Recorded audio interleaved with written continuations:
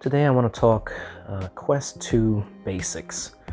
So just basic stuff that you would need to know or that you would learn when you first start using a Quest 2. Now, something new that I found with the new hand tracking is that when you have the hand tracking enabled, you can actually just tap the controllers together twice and it goes straight into hand tracking. I still have the controllers on my hands, but right now it's trying to track my hands. As soon as you engage the buttons, it comes back. I literally just learned that right now, right before this video started. So that's interesting. Now, I have noticed that the hand tracking has gotten a little bit better. It's not perfect. It's still got some bugs to iron out, I guess. But for the most part, it's decent. Now, what I wanted to talk about is the overall menu system and how this works. So the first thing would be the Meta store or the Oculus store. I mean, I guess it's Meta now. So you would click on that little O button or circular button there that's actually supposed to be the Oculus button, and your menu pops up, and then you have these options here. So if you click on the one that has a little, like a handbag, that's the store. When you click on it, it usually jumps straight into like deals and stuff that they might have for the day or for the week, which is pretty good to check out if you're interested in that sort of thing. No sense in buying a game, especially an older game, for full price when they have these sales every so often. That's usually what I do. If I find something that I was interested in and it's on sale, well, that's when I pick it up. Now, I haven't really seen anything today aside from Mask Maker. Currently, as I'm making this video, it's 35% off, $12.99. But I don't know if I actually want to get it yet. My storage is getting very low. The way the store works is you have, well, this generic menu first, and then you can go through games, apps, entertainment, wish list. So anything that you see that you like, you can add it. Like, let's say, any of this stuff, you can add it to your wish list so that later on you can just kind of check out your wish list and see if anything's on sale. See, as you can see, Mask Maker's already on there. Now you can filter everything based on either genre or the rating, pricing. What I usually like to do is go straight to sale type, click on sale and see what's available. So Bone Lab is 20% off. Now, the other thing you can do, besides looking through stuff to purchase, is you can go to, where is it at? Here we go, TV. So this is Meta TV, I think it's called, I believe it's called. And when you jump to it, this pops up. Now you can change this size as big as you like it. I don't know if it's gonna show completely in the video if I do that. So let's try to get it a decent size. That's good. And I'm not too familiar with it. I didn't even know it was a thing until somebody pointed it out in the comment. I thought it was just that VR animation, which is just one of the channels, I believe. And there's a lot of interesting things in here to see. And again, you can just browse like it is right now, and it kind of just shows you different things that you can see. You can go to channels. Now, these are more like apps that you have to install if you haven't already done so. I already have big screen. I have Prime Video VR, even though I don't really use it. Don't use any of these other ones. Same with Netflix. Now, YouTube VR, I had it, but then I took it out because I was using big screen. With YouTube VR, when you jump in, you can access the 360 videos a lot quicker and a lot easier. And then you have your VR animation player, which is what I was actually using. But you have these different things, and then your media would be anything that you have that you put in the headset. I actually don't have anything, so it doesn't really matter. And then you have the stuff that you've saved, so I guess it would be like your favorites. So I clicked on a lot of different things here to save for later. Most of these are little videos or just little animated shorts that are in VR. So for example, what's a good one? I think I already seen this one. So this is just like I would call this a 3D picture, really. So there's no motion involved from what I recall.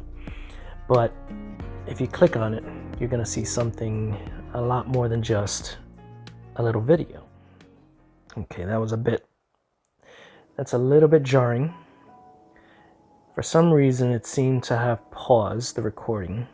So there's a little icon there. When it changes color, it tells you that it's paused. So hopefully it didn't cut off anything. Now, this headset does not like to multitask. So right now I'm recording and I'm doing this, and it is really janky. I don't think you're gonna see it in the video, but it's very stuttery. But when you're not recording, it's nice and smooth. So there is a little bit of motion. You can see her eyes, but it's like you're in this anime, whatever this is supposed to be. And then you get this little menu so that you can switch through different things that whoever made this has made. You can't really move, I don't think. No. If I could physically get up and probably move closer, as you can see, I can lean in and get closer to them. But then if you do that, you get a different perspective. And on a flat screen, I doubt it's gonna look impressive, but in VR, you're here. You're inside whatever this is supposed to be. I'm assuming this is some kind of anime, but not one I recognize. Oh, Jesus. I didn't expect that. Okay.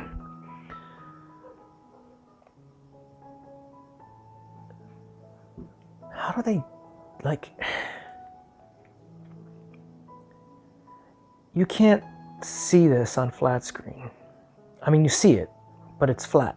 It's like you're just looking at a cartoon.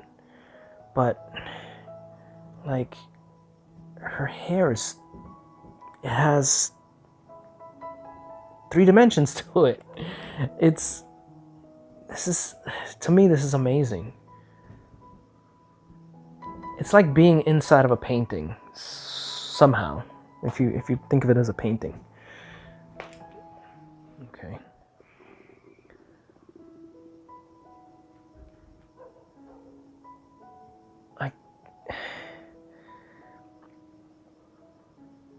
Even his, I don't know if you can see that, but his eye comes out. It's not just like painted on flat on his face. I just think that's amazing. All right. But this is really janky, so let's, again, you can't see it on the video, but for me, it was doing some really janky stuff. Oh, this takes me right back to this. Okay. So another thing would be, so that's just something that people make and upload. Then you have actual video. And we'll watch about, I would say, just maybe 10 seconds of this at best, maybe a little more. So at first it kind of just makes you think it's a TV screen in front of you that you're seeing. But then, of course, there's an actual TV. But this is all 3 dimensions, or 3-dimensional. Ooh. I forgot I could pause that. That's great. So, I want to mention this now as well. I'm making a whole nother video on this topic, but when you are in a fixed position in virtual reality and the image around you is moving to simulate that you are moving, but physically you're not, and you're not in control of that movement, it's very easy to get disoriented and a little motion sick. And you know, the severity is going to depend on the person. But little things like this do actually bother me, I've noticed, which I'm not a fan of. I think the other issue is also that the headset, it has these lenses that you can move in and out, right? You can change the distance between them, and they have to line up pretty perfectly with your pupils. And if they don't, the image will have varying degrees of distortion to it. I think my eyes are just a little bit farther out than the farthest setting they have in the headset. So certain things will just look really blurry or like double vision. And couple that with motion, and it's not a pretty thing. But thankfully for stuff like this, it's not too bad for me.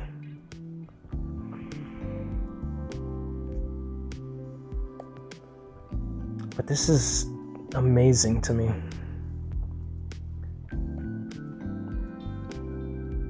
Okay.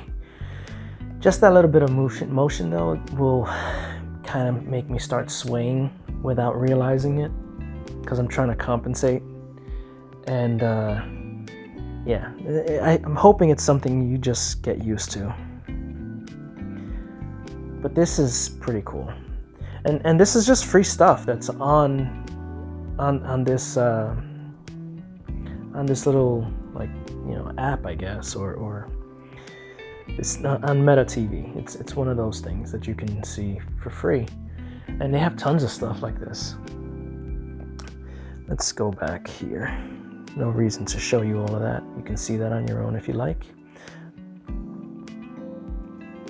Now, there's a ton of different things that you can watch. Some of the content, it does not allow you to record. So I'm not going to try and show you everything, because what will happen is, as soon as I click on it, it's going to end my recording. For example, there's a reason I haven't done Prime Video VR as a separate video about. As soon as you jump into that app, it kills your ability to record. You cannot record anything. It's a shame, because it's got a cool little home screen or home environment. So when you jump in, you're like in the middle of a city, and it's everything is made of cardboard. So the buildings, the cars, everything is like cardboard. And it's a nice aesthetic. But they don't have it so that you can share it. So if I were to click on it now, the recording would end. So there's no point in having it. But all right. Now, if I click on Explore, well, essentially it goes to kind of like a little bit of everything. So you can see that it's showing you again the different apps that are for sale. So you can have gaming, shows you different things like that. New stuff. So you can watch things. Productivity. That's going to be if you actually use this for some kind of work or something like that. But that's pretty much all the stuff that comes out from this little icon that says Explore. But the other one, where is it at? I might have to go into app library to bring it up. But the main one that I was unaware of until fairly recently was the Meta Quest browser, which again, when you open it up, it gives you a browser to browse the internet, just like any smartphone or computer. And then you can just type whatever you want to type. I did a thing on this already. Let's go with App Lab. See what pops up. All right. SideQuest. I don't know why SideQuest is the first thing that came up, but I'm gonna talk about SideQuest at some point, because I've noticed a few issues with my headset once I actually put SideQuest in it. Like it's not processing very well. Could just be a coincidence, but let's go to App Lab real quick. So here's the game list. Now, someone mentioned in the comments about Pavlov Shack. I'm gonna check it out. It's kind of a decent sized file if I remember correctly. So I have it saved to look at later or to download later, but I haven't actually downloaded it yet. There's just a bunch of stuff in here. No Clip VR, I have no idea what that is. The only other issue here is if you click on something here, it'll bring it there like if you were looking at it in the store. But then when you try to get back to this, it just completely takes you out and you gotta come back from the very beginning. You're gonna have to go over here and start over again. Yeah. But this is another way to pretty much access the App Lab content as quickly as, you know, or for a quick way of doing it. There is so much in here. A lot of stuff is free. Haven't actually tried any of them yet. I think I'll make a separate video for that. But basically, when navigating inside the headset, this is what you're going to use, this little bar over here, which you can move around. So you just point at the white part, squeeze the trigger, and then you can just move it around. If you point at this little white bar here and squeeze the trigger, you can make it larger, you can sway back and forth, and you can make it even smaller. Now you might notice that I don't have the direct touch function on. I just don't care for it.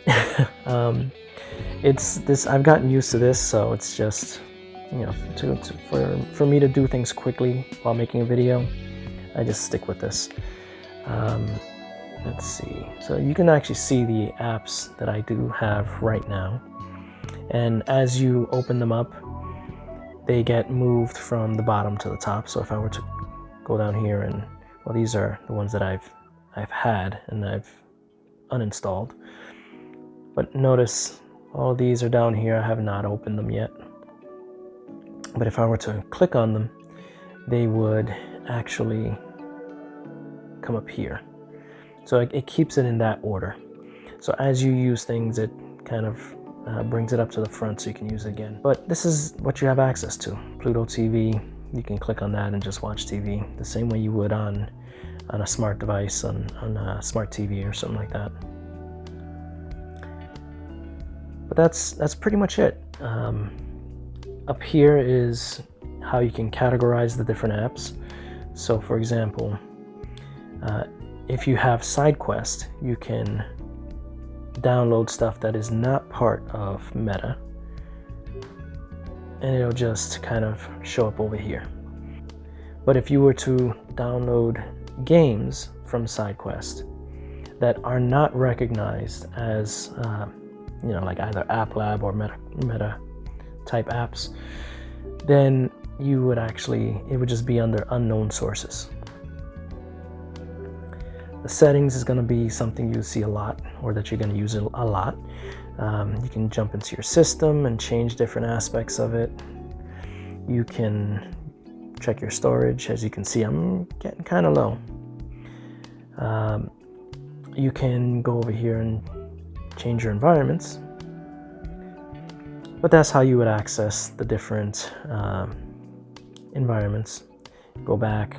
And then you have all this to play with, experimental features, which will change as you get updates. Let's see. And then of course your Guardian is one of the big ones. Now, I've noticed a few things about the Guardian. It does not always stay where you want it to be.